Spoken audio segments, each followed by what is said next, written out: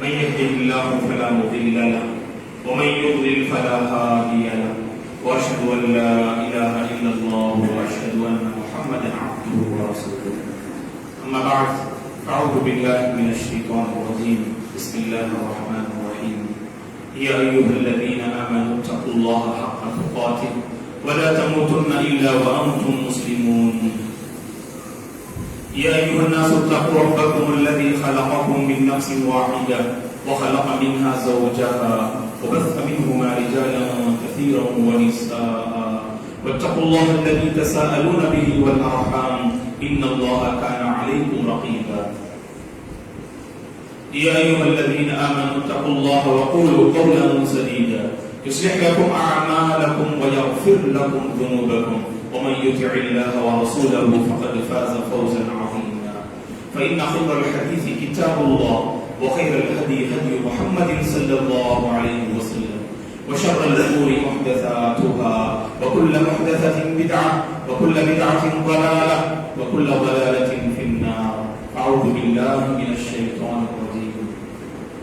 ولقد خلقنا الإنسان ونعلم ما توسوس به نفسه ونحن أقرب إليه من حبل الوريد إذ يتلقى المتلقيان عن اليمين وعن الشمال قعيد ما يلفظ من قول إلا لديه رقيب عتيد وجاء سكرة الموت بالحق ذلك ما كنت منه تحيد ونفخ في الصور ذلك يوم الوعيد وجاءت كل نفس معها سائق وشهيد لقد كنت في غفلة من هذا فكشفنا عنك غطاءك فبصرك اليوم حديد وقال قرينه هذا ما لدي عتيد ألقيا في جهنم كل كفار عنيد مناع للخير معتد مريب الذي جعل مع الله إلها آخر فألقياه في العذاب الشديد قال قرينه ربنا ما أطغيته ولكن كان في ضلال بعيد قال لا تختصموا لدي وقد قدمت إليكم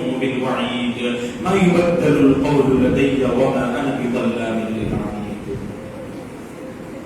تلك الدار الآخرة نجعلها للذين لا يريدون علوا في الأرض ولا فسادا والعاقبة للمتقين.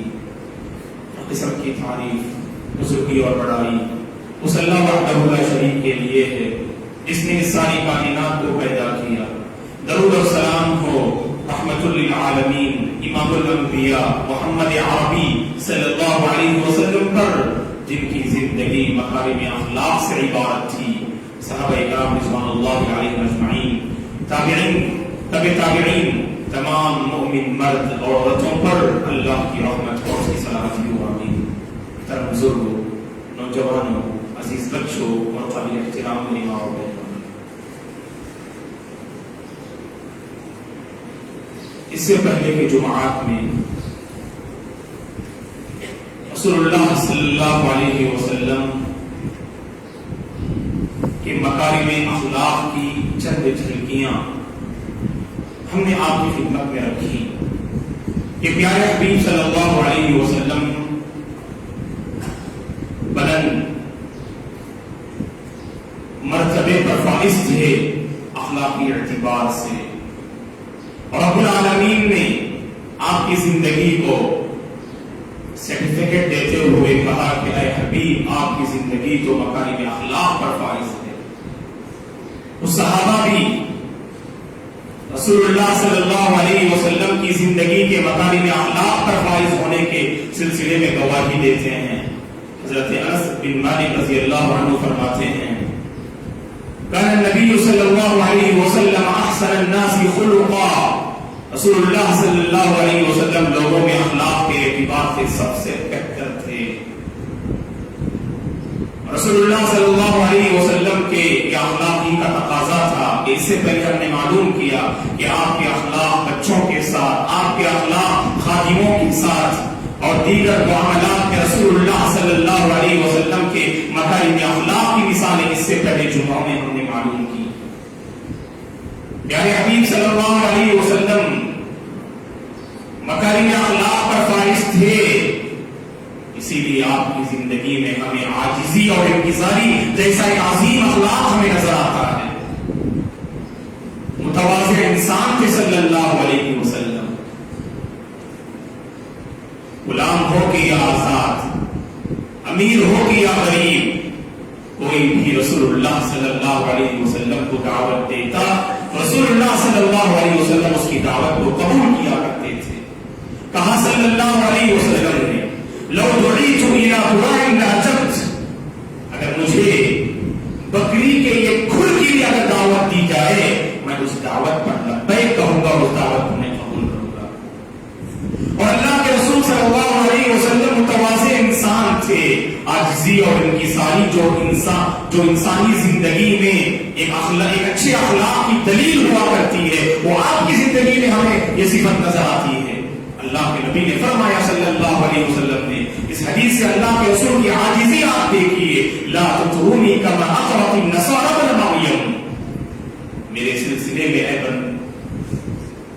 اللہ کے بندو غلو سے کام نہ لینا، میرا جو مقام و مرتبہ ہے میرے اپنے مقام و مرتبے سے مجھے بلند نہ کرنا، جیسا کہ نصارہ نے مریم کے بیٹے عیسیٰ علیہ السلام کو خدا کے درجے پہ جا کے پہنچا دیا۔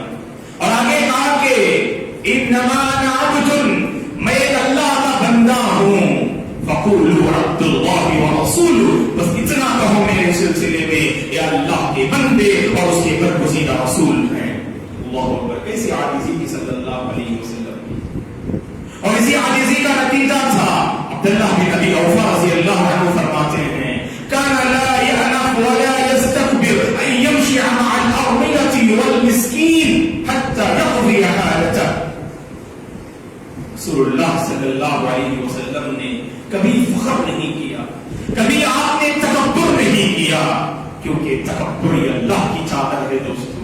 اگر کوئی بندہ تکبر کرتا ہے وہ ذلت رسوائی کا سامنا کرتا ہے، کیونکہ اللہ تعالیٰ فرماتے ہیں حدیث قدسی ہے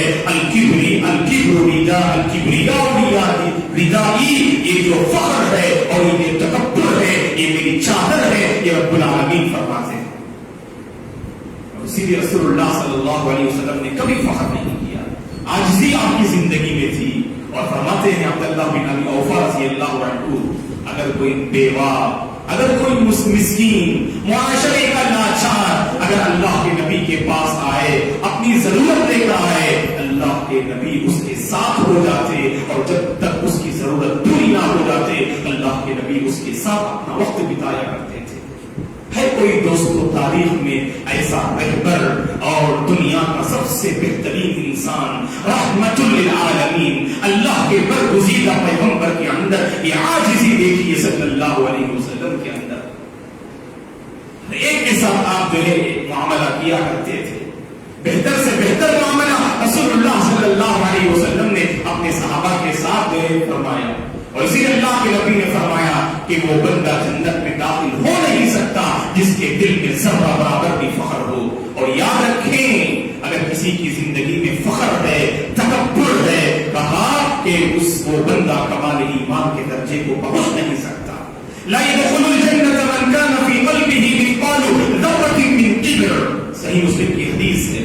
وہ بندہ جنت میں داخل ہو نہیں سکتا جس کے دل میں ذرہ برابر بھی اگر تکبر ہے، جنت میں داخل نہیں ہو سکتا۔ بعض صحابہ نے اللہ کے نبی سے سوال کیا، اللہ کے رسول ہم میں سے بعض ایسے ہیں جو اچھا کھانا پسند کرتے ہیں اور اچھا پہننا پسند کرتے ہیں، کیا یہ بھی تکبر ہے؟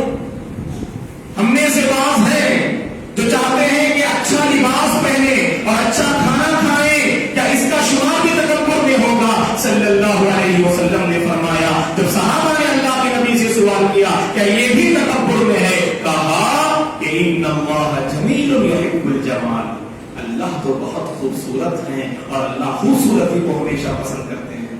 اللہ نے اگر آپ کو نوازا ہے اچھا کھائیے اور اچھا پہنیے، لیکن یاد رکھیں تکبر کا مفہوم اور تکبر کا مطلب جانتے ہیں کیا ہے؟ تکبر کہا رسول اللہ صلی اللہ علیہ وسلم نے، تکبر یہ ہے اگر آپ باطل پر ہیں، اگر آپ بدعات و خرافات میں مبتلا ہیں، اگر آپ کے سامنے حق کو پیش کیا جائے، اگر آپ کے سامنے صحیح حدیث اور سنت کو اگر آپ کے سامنے پیش کی جائے، آپ نے سنت کو ٹھکرا دیا، حدیث کو آپ نے ٹھکرا دیا، اپنے باطل پر اڑے ہیں اور بدعات و خرافات میں آپ مبتلا ہیں، سمجھ لیجیے تمہارے دل میں تکبر ہے، اس لیے حق کو قبول نہیں کر رہے ہو. اور آگے کہا تکبر یہ ہے کہ تم لوگوں کو حقیر نگاہ سے دیکھو. یہ تکبر ہے. تکبر میں دو باتیں اللہ کے نبی نے بیان کی صلی اللہ علیہ وسلم نے. حق بات کا انکار کر دینا اور لوگوں کو حقیر نگاہ سے دیکھنا. اگر کسی کے دل میں اگر یہ خیال آئے دوستو اللہ نے آپ کو نوازا ہے, دولت سے نوازا ہے, مال سے نوازا ہے, عہدے سے نوازا ہے, آپ کے پاس کرسی ہے, آپ کے پاس منصب ہے, آپ کے پاس عزت ہے, آپ کے پاس شرافت ہے, آپ کے پاس بلند ہے خاندان ہے, اونچا خاندان ہے, یاد رکھیں اپنے سے نیچے لوگوں کو دیکھتے ہوئے حقیر نگاہ سے نہ دیکھیں. وہ بھی اللہ کے بندے ہیں, کیونکہ اللہ کے نبی نے فرمایا رب اشعث اغبر مدفوع بالابواب لو اقسم على الله لابرا. اللہ کے پاس بندے ایسے ہوتے ہیں جو دیکھنے میں بڑا گندا حال ہوتے ہیں, بال بکھرے ہوئے, لباس دیکھے تو ایسا لگے گا کہ گویا کہ فقیر ہے. ایسا بہت سارے لوگ ایسے لوگوں پر نظر پڑتی ہے تو کراہت سے دیکھتے ہیں. یاد رکھنا یہ لوگ اللہ کے نزدیک اتنے محبوب ہوتے ہیں, اگر اللہ کے نام کی قسم کھا لیں اللہ تعالیٰ ان کی قسم کی لاج رکھ لیں گے.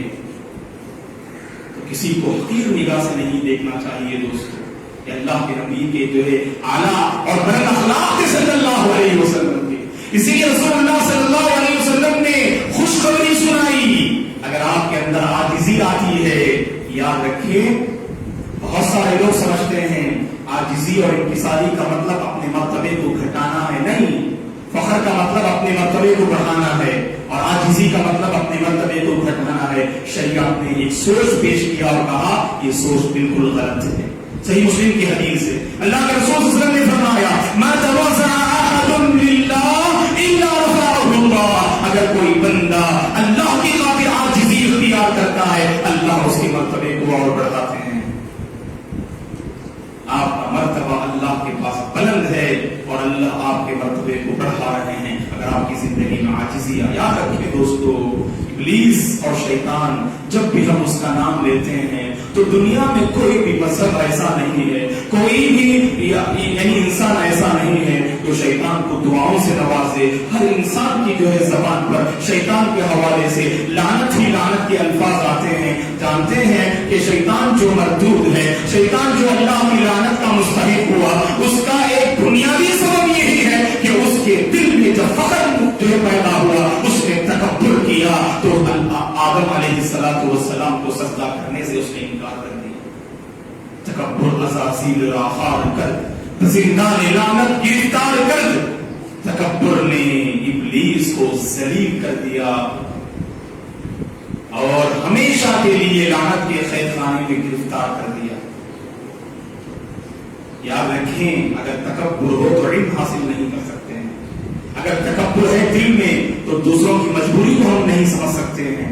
اگر تکبر ہے دل میں تو ہمارے معاملات میں بہت بڑا فرق نظر آئے گا. مالداروں کے ساتھ ایک معاملہ, غریبوں کے ساتھ ایک معاملہ, کمزوروں کے ساتھ ایک معاملہ, اور معاشرے کے جو ہے علم اور وقار جو لوگ ہیں ان کے ساتھ ہمارا معاملہ بالکل الگ نظر آئے گا. دوستو اللہ کے نبی کی زندگی میں ایک نمایاں اخلاق ہمیں نظر آتا ہے. آپ بالکل متوازن انسان تھے اور آپ کی زندگی کو پڑھنے سے یہ سبق ہمیں ملتا ہے دوستو عاجزی کو انکسار کیجیے, عاجزی اختیار کیجیے. عاجزی انکساری ایک مسلمان کی زندگی کا شیوا اور پہچان ہونی چاہیے. چلیے ہم آگے بڑھتے ہیں. جب ہم رسول اللہ صلی اللہ علیہ وسلم کی زندگی کو پڑھتے ہیں اخلاقی چیپٹر کو لے کر تو ایک اور اخلاق ہمیں نظر آتا ہے دوستو. اس سے پہلے ہم نے معلوم کیا بچوں کے ساتھ اللہ کے نبی کا کیا بہترین, آپ کے کیا بہترین اخلاق تھے. نوکروں کے ساتھ, خادموں کے ساتھ آپ کے کس قدر بہترین اخلاق تھے. آئیے اب معلوم کرتے ہیں اپنے گھر والوں کے ساتھ رسول اللہ کے اخلاق کیسے تھے صلی اللہ علیہ وسلم. اپنے گھر والوں کا ہاتھ بٹایا کرتے تھے صلی اللہ علیہ وسلم. گھر والے اگر کام کاج کر رہے ہیں تو اس کام کاج میں اللہ کے نبی گھر والوں کی مدد کیا کرتے ہیں. لیکن آج ہمارا حال کیا ہے دوستو.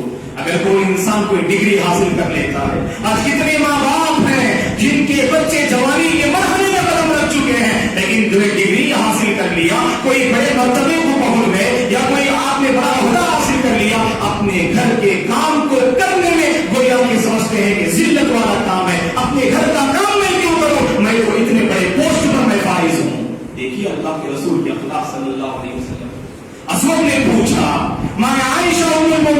اللہ عنہ سے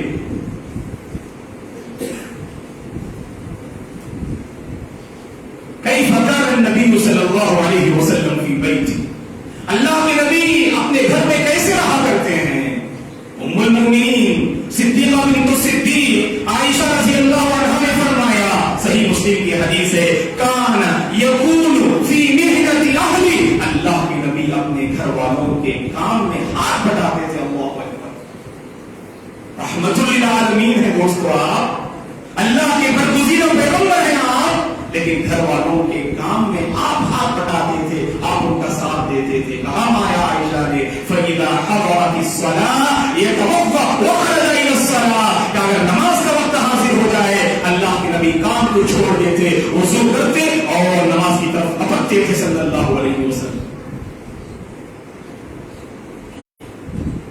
گھر والوں کے ساتھ ایسا تعامل اور ایسے اخلاق سے پیش آنے کی ضرورت ہے دوستو. وقت دیا کیجیے اپنے گھر والوں کے لیے. آج بہت بڑا مسئلہ ہے ہم لوگوں کا کہ آپ اپنی بزنس کے لیے، تجارت کے لیے، دنیا آباد کرنے کے لیے یقیناً کماتے ہیں آپ اپنی بیوی بچوں کے لیے، لیکن یاد رکھیں کہ گھر والوں کے جذبات کو سمجھنا بھی یہ اخلاق میں شامل ہے. ان کے ساتھ تھوڑی دیر بیٹھا کیجیے، ان کے جذبات کو سمجھنے کی کوشش کیجیے، ان کی جائز ضرورتوں کو سمجھنے کی کوشش کیجیے اور ان کے ساتھ پیار بھری باتیں کیا کیجیے، اس لیے کہ گھر والوں کے ساتھ پیار کو بانٹنا یہ بھی ایک اعلیٰ اخلاق ہے جو اللہ کے نبی کیا کرتے تھے. ماں عائشہ کو اللہ میں بہت پسند کرتے تھے صلی اللہ علیہ وسلم اپنی بیوی ام المؤمنین عائشہ رضی اللہ عنہا سے. اسی لیے ہم دیکھتے ہیں اللہ کے نبی عائشہ رضی اللہ عنہا کے نام کے علاوہ اور بھی نام سے آپ پکارتے تھے پیار محبت کے ساتھ. یا عائش کہتے تھے. ایک اور روایت میں یا حمیرہ یا ابنت الصدیق، اے صدیق کی بیٹی، اے حمیرہ، اے عائش، پیار سے اللہ کے نبی اپنی بیوی کو پکارا کرتے تھے. تو اس سے پتا چلا دوستو گھر والوں کے ساتھ شوہر کو چاہیے کہ اپنی بیوی کے ساتھ وقت بتائیں، اپنے بچوں کے ساتھ وقت بتائیں، اور ان کے ساتھ اگر آپ وقت بتائیں گے گھر والے بھی آپ کو سمجھیں گے اور آپ بھی گھر والوں کو سمجھنے میں یہ وقت گزارنا ایک اہم جو ہے ذریعہ ثابت ہو سکتا ہے. صلی اللہ علیہ وسلم کے اعلیٰ اخلاق دیکھیے اپنے گھر والوں کے ساتھ. ماں عائشہ رضی اللہ عنہا فرماتی ہیں ایک مرتبہ رسول اللہ صلی اللہ علیہ وسلم اپنے چند صحابہ کے ساتھ ایک سفر پہ نکلے ہوئے تھے. میں بھی اس سفر میں اللہ کے نبی کے ساتھ تھی. اللہ کے نبی نے اپنے صحابہ سے کہا کہ تقدموا، آگے بڑھو. صحابہ آگے بڑھ گئے. اب وہاں پر اللہ کے نبی اور ماں عائشہ باقی ہیں.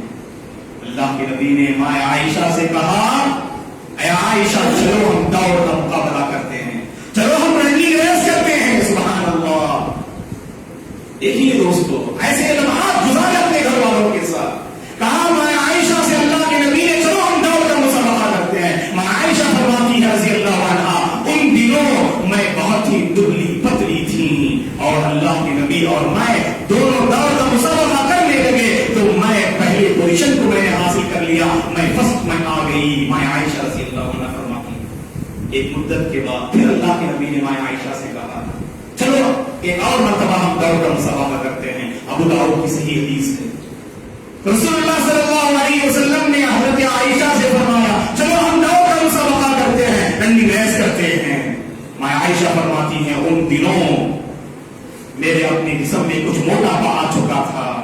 اب پھر دوڑ کا مسابقہ دوسری مرتبہ ہوتا ہے تو اس مرتبہ اللہ کے نبی صلی اللہ علیہ وسلم آگے آ جاتے ہیں اور اللہ کے نبی جب آگے آتے ہیں تو آگے پہنچ کر اللہ کے نبی نے ماں عائشہ کو دیکھا اور اللہ کے نبی مسکرائے اور آپ مسکرانے کے بعد آپ نے فرمایا ہذہ بتلک یا عائشہ، اے عائشہ یہ اس کمپٹیشن کا بدلہ ہے جو پہلے تم آئی تھی اور اب میں آیا، حساب بالکل برابر ہو گیا. دیکھیے دوستو وقت گزارا کریں اپنے گھر والوں کے ساتھ. یہ اللہ کے نبی کے اعلیٰ اخلاق کے صلی اللہ علیہ وسلم. تصور بھی نہیں کر سکتے آپ رسول اللہ صلی اللہ علیہ وسلم کے متعلق جہاں آپ اللہ کے سلسلے میں آپ نے اپنے بارے میں فرمایا کہ عبادتوں میں آپ کا کیا حال ہے. رات میں جب عبادت کرتے تو رسول اللہ صلی اللہ علیہ وسلم کے قدم مبارک میں ورم آ جایا کرتا. ایسی لمبی عبادتیں کرنے والے صلی اللہ علیہ وسلم اور دن میں لوگوں کے مسائل حل کرتے، لوگوں کی ضرورتیں آپ پوری کرتے اور اللہ کے نبی کے دل میں جو اللہ کا تقویٰ تھا کہا انا اعلمکم باللہ واتقاکم للہ، اے لوگوں تم میں سب سے زیادہ اللہ کے بارے میں جاننے والا کے اپنے گھر والوں کے ساتھ کیا حال دیکھیے. امام بخاری رحمۃ اللہ علیہ نے اس واقعے کو اپنی صحیح میں نقل کیا ہے. ایک مرتبہ آپ کی بیوی صفیہ رضی اللہ عنہا اونٹ پر سوار ہونا چاہ رہی تھی، لیکن سوار ہونا ان کے لیے مشکل تھا، اونٹ پر چڑھنا ان کے لیے مشکل تھا. تو رسول اللہ صلی اللہ علیہ وسلم نے کیا کیا اس موقع پر؟ وضع رکبتہ، اپنے گھٹنے کو آپ نے نیچے رکھا، اپنے گھٹنے کو مبارک گھٹنے کو صلی اللہ علیہ وسلم نے نیچے رکھا.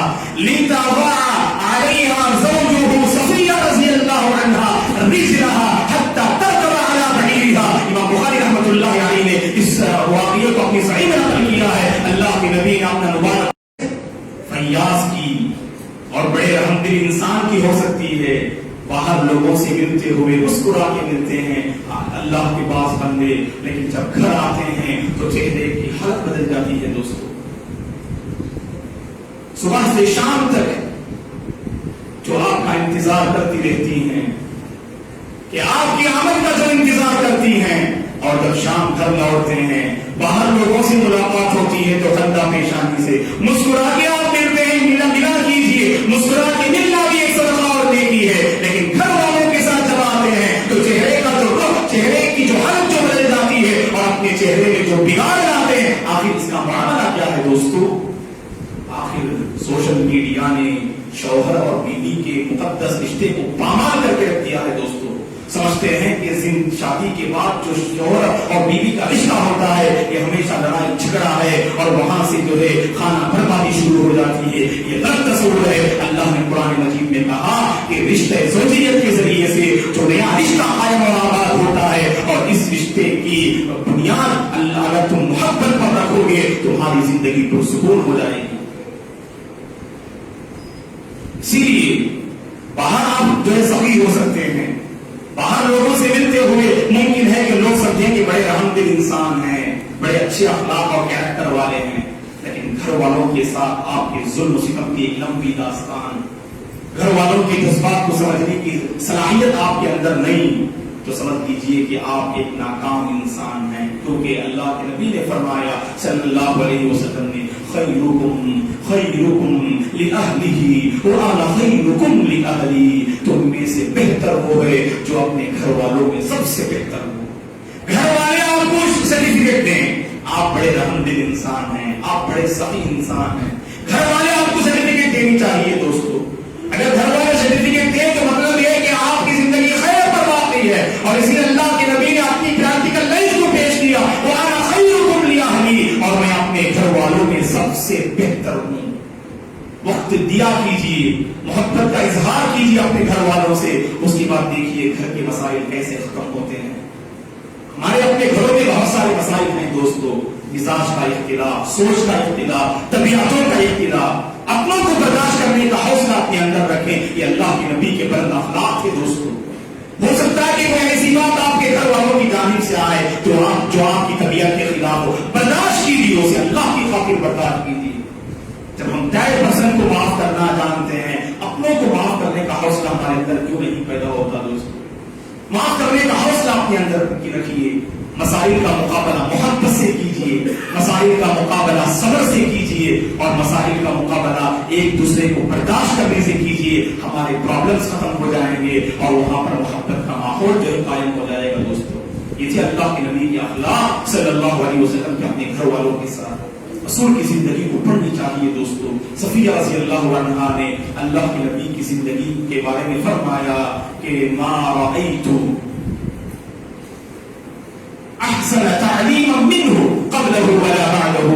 میں نے اللہ کے نبی سے بڑھ کر اخلاق کے اعتبار سے، تعلیم کے اعتبار سے نہ ہی آپ سے پہلے اور نہ ہی آپ کے بعد کسی بہتر انسان کو دیکھا. یہ آپ کی بیوی صفیہ رضی اللہ عنہا گواہی دیتی ہیں. تو آپ کے گھر والے آپ کے بارے میں گواہی دینی چاہیے. آپ یقیناً ایک اچھے کیریکٹر والے انسان ہیں. تو جہاں یہ مرد حضرات کو یہ تعلیم دی گئی، وہی خواتین کو یہ تعلیم دی جاتی ہے کہ وہ اپنے گھر والوں کے جذبات کو سمجھیں اور ان کے ساتھ بہتر سے بہتر معاملہ کریں اور وہ کردار ادا کریں جو ماں ختیجہ کا کردار تھا. جب اللہ کے نبی پریشان حال ہو کر گھر آتے ہیں تو ماں ختیجہ نے اللہ کے نبی کی پریشانی میں اور اضافہ نہیں کیا بلکہ اللہ کے نبی کی پریشانی کو ختم کرنے کا سامان فراہم کیا مائیں خدیجہ نے. یہ عورتوں سے بھی مطالبہ ہے دوستو, عورتوں سے بھی گزارش ہے کہ یہ اچھے اخلاق آپ کے اندر بھی نظر آنا چاہیے. ہو سکتا ہے کہ شوہر یا مرد کے گھر کے باہر کے مسائل, تجارت کے بہت سارے پرابلمس کو لے کر جب گھر میں داخل ہوتا ہے پہلے سے پریشان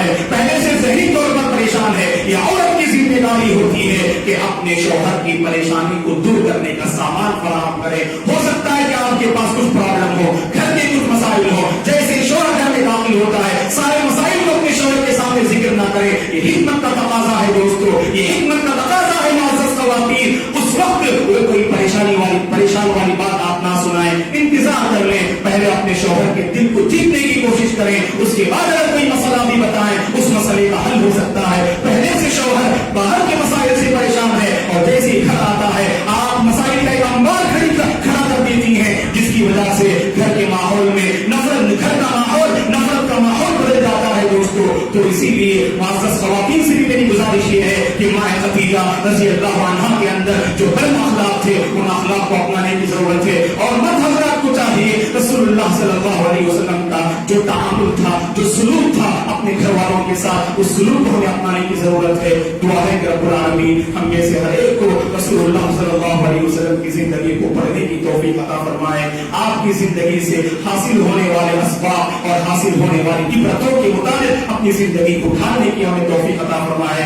اللہ کے نبی کی زندگی میں جو بلند اخلاق تھے ان اخلاق کا رب العالمین ہمیں پابند بنائے. اس رسول سے سچی محبت کرنے کی اللہ ہمیں توفیق عطا فرمائے. اس نبی کی ہر ایک سنت کو اپنانے کی اللہ ہمیں توفیق عطا فرمائے. اس نبی کے ہر ایک بلند اخلاق کو اپنانے اور اسے اپنی زندگی میں اپلائی کرنے کی رب العالمین ہم میں سے ہر ایک کو توفیق عطا فرمائے. آمین. اقول قولی ھذا واستغفر الله لي ولكم ولسائر المسلمين من كل ذنب فاستغفروه انه هو الغفور الرحيم.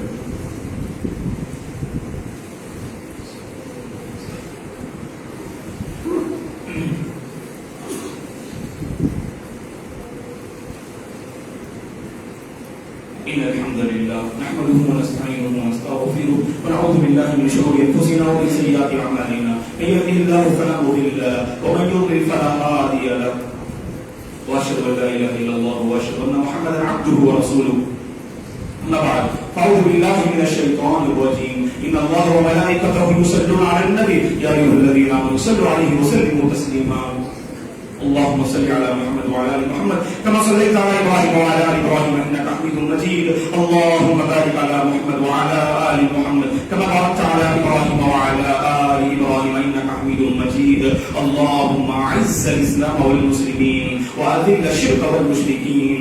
ربنا لا تزغ قلوبنا بعد إذ هديتنا وهب لنا من لدنك رحمة إنك أنت الوهاب. اللهم آت نفوسنا تقواها وزكها أنت خير من زكاها أنت وليها ومولاها. اللهم لا تدع لنا ذنبا إلا غفرته ولا هما إلا فرجته ولا دينا إلا قضيته ولا مريضا إلا شفيته ولا حاجة من حوائج الدنيا والآخرة إلا قضيتها يا رب العالمين. اللهم إنا نسألك الهدى والتقى والعفاف والغنى. اللهم احفظنا من هذا الوباء والغلاء. اللهم احفظ الإسلام والمسلمين. اللهم اشف مرضانا ومرضى المسلمين. اللهم ارحم موتانا وموتى المسلمين. عباد الله رحمني ورحمكم الله. أعوذ بالله من الشيطان الرجيم. إن الله يأمر بالعدل والإحسان وإيتاء ذي القربى وينهى عن الفحشاء والمنكر والبغي يعظكم لعلكم تذكرون. اذكروا الله العظيم يذكركم ولذكر الله تعالى أكبر والله يعلم ما تصنعون.